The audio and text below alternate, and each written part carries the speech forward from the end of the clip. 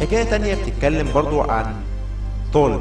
طالب ده كان في احدى الجامعات المعروفة، في كولومبيا تقريبا او على ما اتذكر يعني. الطالب ده كان طالب نبيه كل بيشهد له، ومن كتر ذكائه كان بالنسبة له المحاضرات دي لا تمثل اي شيء. فكان بيروح المحاضرة يقعد في الاخر وينام، بيعتمد بعد كده ان هو يذاكر لوحده ويعتمد على نفسه، وكان يعني من المجتهدين. ففي مرة من المرات راح المحاضرة، الدكتور دخل، مجرد ان هو دخل هو نام زي ما بيعمل كل مرة. ولما صحي في اخر المحاضرة لقى الدكتور كاتب كلام على السبورة، فنقل الكلام بسرعة وخده معاه البيت. لما هو بيروح البيت بيذاكر زي كل مرة، بيذاكر مع نفسه، فبيحاول يحل المسائل اللي الدكتور بتاعهم كتبها على السبورة، فمعرفش. قاعد يفتح في الكتب اللي هم بيدرسوها، يشوف أمثلة محلولة، حاجات كده. الأمثلة كلها بتتحل معاه، المسائل اللي كتبها بتتحل معاه، إنما المسألتين اللي هو نقلهم ورا الدكتور ما تحلوش.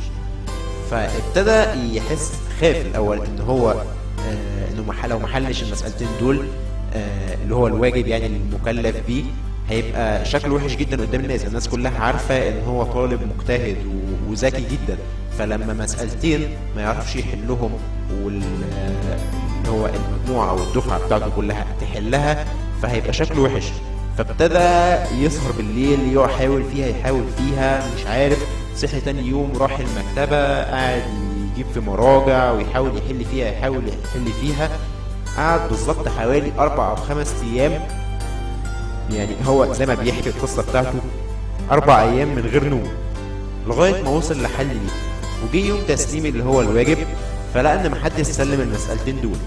فطلع له الدكتور بعد المحاضرة فبيقول له يعني أنا حليت المسألتين اللي هو الواجب. فقال له أنهي واجب؟ فقال له الواجب اللي حضرتك كلفتنا بيه. فقال له أنا ما اديتش واجب المحاضرة اللي فاتت. فقال له ازاي؟ طب المسألتين اللي كتبتهم على السبورة. فقال له المسألتين دول ده كانت أمثلة أنا بديها لكم على أكتر المسائل في الموضوع ده اللي العلم لغاية دلوقتي ما قدرش يحلها.